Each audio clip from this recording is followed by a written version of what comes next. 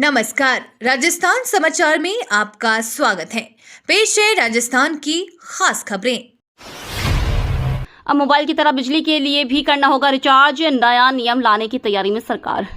राजस्थान में बिजली उपभोक्ताओं के लिए बड़ा बदलाव होने जा रहा है। अब बिजली का उपभोग करने से पहले रिचार्ज कराना अनिवार्य होगा, यानी बिजली भी अब मोबाइल की तरह प्रीपेड होगी। राज्य भर के करीब 1,43,00,000 घरेलू और व्यावसायिक उपभोक्ताओं के कनेक्शन पर स्मार्ट मीटर लगाए जा रहे हैं। इन मीटरों के जरिए उपभोक्ता केवल उतनी ही बिजली चला सकेंगे जितनी उन्होंने पहले से भुगतान करके ली हो। राजस्थान और एमपी के बीच बनेगा 17,000 वर्ग किलोमीटर का चीता कॉरिडोर, प्रदेश की 7 जिलों से होकर गुजरेगा। मध्य प्रदेश के कोनों से शुरू हुआ प्रोजेक्ट चीता अब राजस्थान तक फैलेगा। दोनों राज्यों के बीच चीता कॉरिडोर बनाने पर सहमति बन रही है। यह कॉरिडोर 17,000 वर्ग किलोमीटर लंबा होगा। इस कॉरिडोर में चीते खुले में घूम सकेंगे। जयपुर आए एमपी सीएम मोहन यादव ने कहा कि चीता प्रोजेक्ट पर एमपी अच्छा काम कर रहा है, लेकिन अब राजस्थान के साथ जुड़कर इस प्रोजेक्ट को आगे बढ़ाया जाएगा। एमपी राजस्थान के बीच अब सरपट दौड़ेगी ट्रेन। 374 करोड़ से बन रहा है नया रूट। मध्य प्रदेश और राजस्थान के बीच नया रेल रूट बनकर तैयार हो गया है। इससे इन दोनों राज्यों के यात्रियों को फायदा मिलेगा। कोटा श्योपुर ग्वालियर 284 किलोमीटर लंबी नई बड़ी रेल लाइन परियोजना से कोटा जिले के कई गांव सीधे रेल सेवा से जुड़ेंगे। सरकार ने इस परियोजना के लिए 374 करोड़ 70 लाख रुपए का बजट मंजूर कर दिया है। कोटा श्योपुर कला नई रेल लाइन के लिए 583.84 हेक्टेयर भूमि अधिग्रहण की जाएगी। सीएम भजनलाल शर्मा ने एडीबी कंट्री डायरेक्टर मियो ओका से की मुलाकात। मुख्यमंत्री भजनलाल शर्मा ने एडीबी कंट्री डायरेक्टर मियो ओका से मुलाकात की। सीएम ने विश्वास व्यक्त किया है कि प्रदेश को वर्ष 2030 तक $350 बिलियन की अर्थव्यवस्था बनाने का लक्ष्य प्राप्त करने में एशियाई विकास बैंक महत्वपूर्ण रणनीतिक साझेदारी निर्भर करेगा। उन्होंने शहरी विकास और सड़क विनिर्माण के अलावा अन्य क्षेत्रों में भी एडीबी के साथ साझेदारी बढ़ाए जाने पर बल देते हुए कहा कि पीएम मोदी के विकसित भारत 2047 के विजन के क्रम में 2047 तक विकसित राजस्थान बनाने के लिए एडीबी का सहयोग महत्वपूर्ण रहेगा। जयपुर शहर से निजी बसों को रखेंगे बाहर, सिर्फ नगरीय सेवा के चलेंगे वाहन। राजधानी की सड़कों पर भारी यातायात दबाव को कम करने के लिए वैसे तो बीते 5 वर्ष से सिर्फ प्लान ही बनाया जा रहा है, लेकिन अब धरातल पर काम नजर आने लगा है। इसकी शुरुआत हाल ही Narayan Singh circle bus stop को हटाकर की गई है। यातायात पुलिस और परिवहन विभाग ने आगरा, दिल्ली रोड और टोंक की ओर से आने वाली निजी बसों को शहर से बाहर कर दिया है। आरडीपीएल को फिर से मिलेगा जीवन, राज्य सरकार बनाएगी राजकीय उपक्रम। राजस्थान सरकार की बजट घोषणा के तहत आरडीपीएल को फिर से सक्रिय करने की दिशा में कदम उठाए गए हैं। इसी क्रम में Rajasthan medical services corporation limited की प्रबंध निदेशक नेहा गिरी ने बुधवार को आरडीपीएल परिसर का निरीक्षण किया। निरीक्षण के दौरान आरडीपीएल के विशेषाधिकारी और निगम के अधिकारी कर्मचारी भी मौजूद रहे। वन मंत्री ने राज ऋषि कॉलेज में किया विभिन्न विकास कार्यों का लोकार्पण एवं शिलान्यास।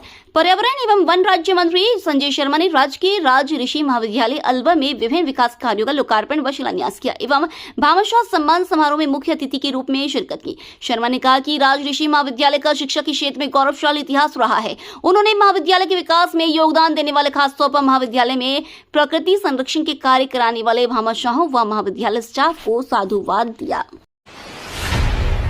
राजस्थान आवासन मंडल के फ्लैट भूखंड खरीदने वालों के लिए अच्छी खबर, जल्द शुरू होगी आवेदन प्रक्रिया। आवासन मंडल द्वारा बने फ्लैट और भूखंड खरीदने का इंतजार कर रहे लोगों के लिए अच्छी खबर है। मंडल द्वारा जयपुर की प्रताप नगर योजना सेक्टर 28 में 3 BHK व 4 BHK के 84 फ्लैट्स जल्द ही बनाए जाएंगे। मंडल जल्द ही इनकी आवेदन प्रक्रिया भी शुरू कर देगा। यह निर्णय बुधवार को नगरीय विकास विभाग के प्रमुख शासन सचिव वैभव गालरिया की अध्यक्षता में आयोजित परियोजना समिति की 173वीं बैठक में लिया गया। मंत्री मदन दिलावर हुए नाराज, वीडियो और स्वच्छता प्रभारी को निलंबित करने को कहा। शिक्षा एवं पंचायती राज मंत्री मदन दिलावर ने बुधवार को झालरा पाटन पंचायत समिति की दुर्गापुरा ग्राम पंचायत का अचानक निरीक्षण किया। यहां भारी अनियमितता मिलने पर कड़ी नाराजगी जताई। उन्होंने ग्राम विकास अधिकारी महफूज खान और स्वच्छता प्रभारी चंद्रवीर को तत्काल निलंबित करने के निर्देश दिए। उन्होंने प्रशासक लीलाबाई के खिलाफ कार्रवाई के लिए कहा। दिलावर ने खंड विकास अधिकारी महेश कुमार को 16 CC के तहत नोटिस जारी करने के निर्देश दिए। राहुल गांधी बोले, आतंकी हमले के जिम्मेदार लोगों को कीमत चुकानी होगी, पीएम कड़ी कार्रवाई कर दे संदेश। जम्मू कश्मीर के पहलगाम में 22 अप्रैल को हुए कायराना आतंकी हमले के बाद पाकिस्तान आतंकवादियों और आतंकियों के आकाओं को मुंहतोड़ जवाब देने की मांग जोर पकड़ रही है। कांग्रेस नेता राहुल गांधी ने दिल्ली में एक प्रेस वार्ता के दौरान कहा, दहशतगर्दों को पहलगाम में निहत्थे पर्यटकों पर हमले की कीमत चुकानी होगी। प्रधानमंत्री नरेंद्र मोदी को स्पष्ट और कड़ा संदेश देना चाहिए कि भारत ऐसी नापाक हरकत बर्दाश्त नहीं करेगा। पीएम मोदी को जैसा ठीक लगे उस आधार पर वे कार्रवाई करने के लिए उचित समय का चुनाव कर सकते हैं, लेकिन उन्हें जल्दी कोई कार्रवाई करनी होगी।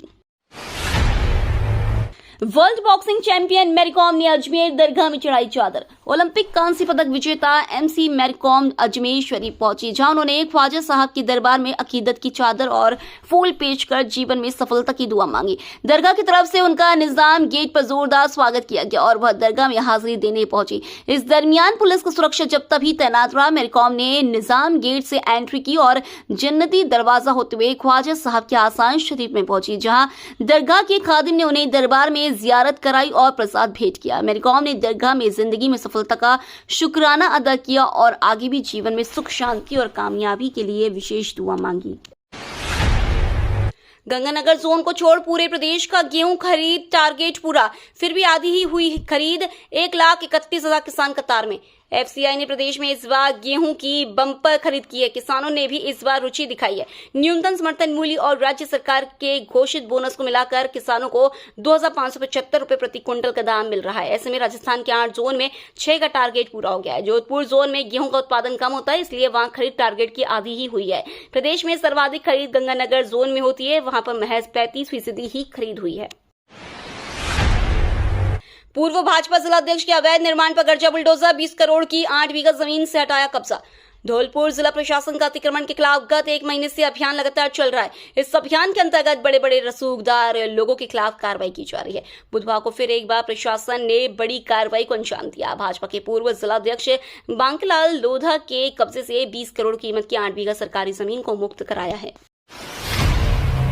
बजरी संकट से गांवों में निर्माण कार्य ठप, ग्रामीणों ने शुरू किया धरना। बनास नदी के किनारे बसे गांवों में बजरी की भारी किल्लत के चलते सरकारी व निजी निर्माण कार्य पूरी तरह ठप हो गए हैं। गांव गांगी थला में ग्रामीणों ने रमेश खटाना के नेतृत्व में धरना प्रदर्शन शुरू कर दिया है, जो पिछले 2-3 दिनों से लगातार जारी है। ग्रामीणों का आरोप है कि बजरी ठेकेदार और ईआरसीपी से जुड़े लोगों की मनमानी के कारण उन्हें ना तो बजरी मिल रही और ना ही बजरी परिवहन की अनुमति दी जा रही है। माली समाज के सामूहिक विवाह सम्मेलन में 103 जोड़ों ने लिए फेरे। टोंक जिले के उन्यारा शहर में माली सैनी समाज के सामूहिक विवाह सम्मेलन में 103 जोड़ों ने 7 फेरे लिए। आयोजन में पूर्व आरसी अध्यक्ष वैभव गहलोत मुख्य अतिथि के रूप में शामिल हुए। कार्यक्रम की शुरुआत महात्मा ज्योतिबा फूले और माता सावित्रीबाई फूले की तस्वीर पर माल्यार्पण और दीप प्रज्वलन से हुई। इसके बाद समिति ने वैभव गहलोत का साफा, माला और मोमेंटो देकर सम्मान किया।